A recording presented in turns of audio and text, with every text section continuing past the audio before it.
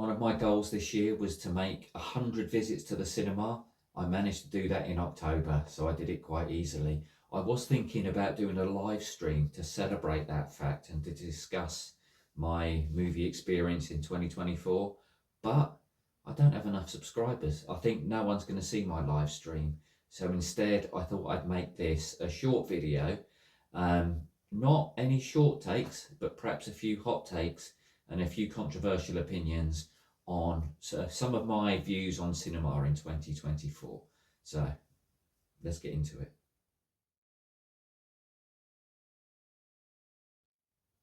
Emma Stone, really?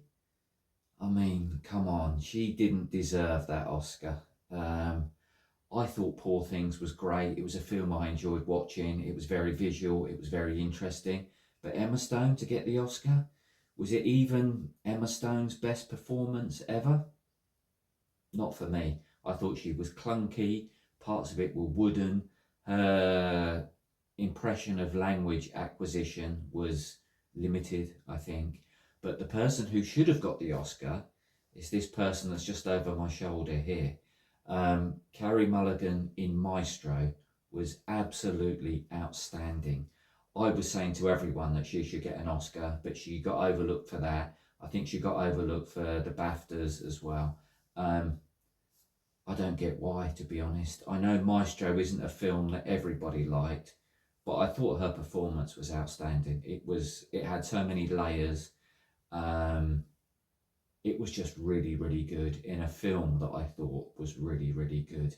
It was quite a challenging performance. It was very dialogue driven, but I thought there were just so many layers to her character, and I thought she absolutely nailed it.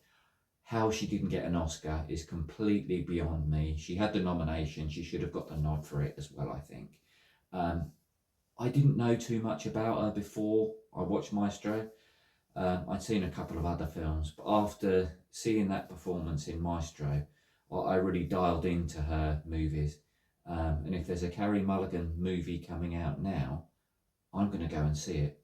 She should have had the Oscar. That's my first controversial opinion for the year. Emma Stone, no, sorry. Was not that bad. A lot of critics hated Madam Web when it came out. Almost every review that you would see anywhere was pretty negative about it, except for Sydney Sweeney. A lot of people thought that her performance was okay. I've got a different opinion. Madam Web was okay. Sure, it wasn't the greatest film I've seen, it wasn't the greatest superhero film I've seen, but it probably wasn't the worst either.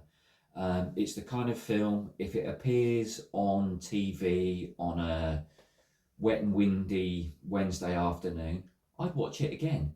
There's a lot of films that sometimes you kind of want to watch them with half your attention span. And Madam Web is one of those films. It's a film that I think I'll watch again.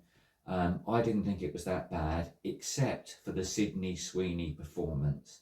Now you can see that photo that I've got over my shoulder on my desktop. The young characters in there did work, except for Sydney Sweeney. The other young characters, they look like they're 18 or 19, which is the age they're supposed to be. Sydney Sweeney looks like a 27-year-old dressed up to go to a school reunion disco. She didn't work in that film for me. But overall, Madam Web was not as bad as people said. It's something I'd watch again.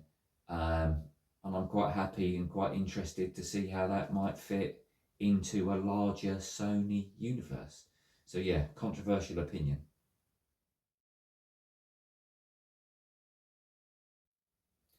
Is a really good film. Again, this is another hot take. A lot of the reviews hated this film, but for me, I went to see The Strangers Chapter 1. I thought it was one of the best horror films I've seen almost ever.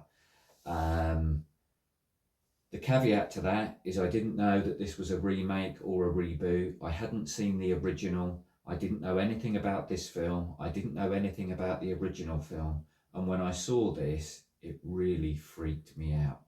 I think one of the best things that you can get from a horror film is it affects you mentally after you've watched it. And the day after watching this film, I woke up at 4 a.m. in the morning, thinking of one particular scene which I thought was really freaky, and I couldn't sleep after. I couldn't get back to sleep. And so, on that basis, I think The Strangers Chapter 1, probably one of the best horror films I've seen this year, and probably one of the better films I've seen this year.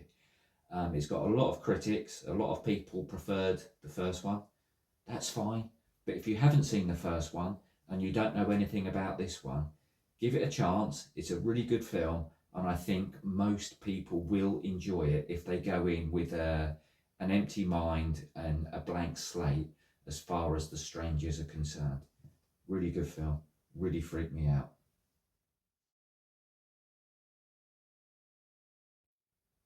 We need more of them, and I've really, really missed them. I think this is probably a controversial opinion as well.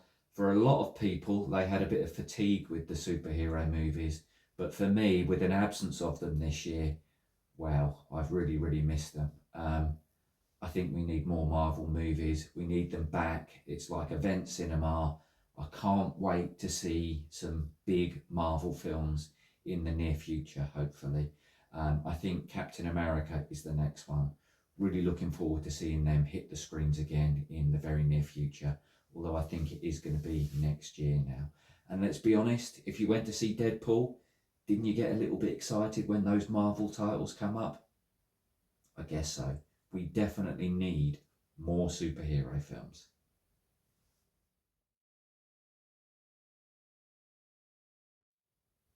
Is absolutely garbage, rubbish, terrible, terrible cinema. Look, everyone raves over this film. Um, oh, I thought it was complete trash. It's very, very rare that I want to walk out of a film. This is one I wanted to walk out from. Not because it was super gory or anything else. It was just very, very poor cinema. The story lacked cohesion. The effects were just overdone and cartoonish. Um, yeah, I just thought this was a rubbish film. Really, really bad. And I don't get all the hype that's behind it. I think as an internet meme in TikTok videos, yeah, sure, Art the Clown is great. And his performance is kind of funny.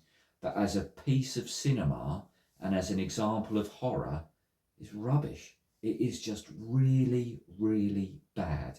Um, Probably a controversial opinion for most people, but honestly, I grew up in the 80s when video nasties were a thing, and you'd rent cheap videos from the back of somebody's car of things like Driller Killer and these silly 80 horror films.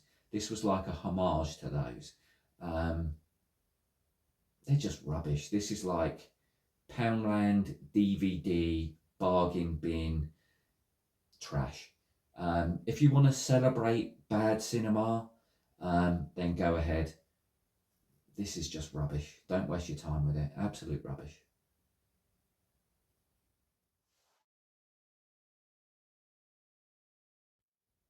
Is not dead. Despite what you may read in the news and on social media about cinemas closing down, um, they're not all closing down, and some of them are very, very popular still. I know a lot of people, they just can't be bothered now and they watch films when they're streaming, and very often those films are released to streaming very, very quickly. But cinema is not dead. It's not even close to being dead. It's still excellent value, it's still an excellent experience, and thousands of people go to the cinema every single day, every single weekend.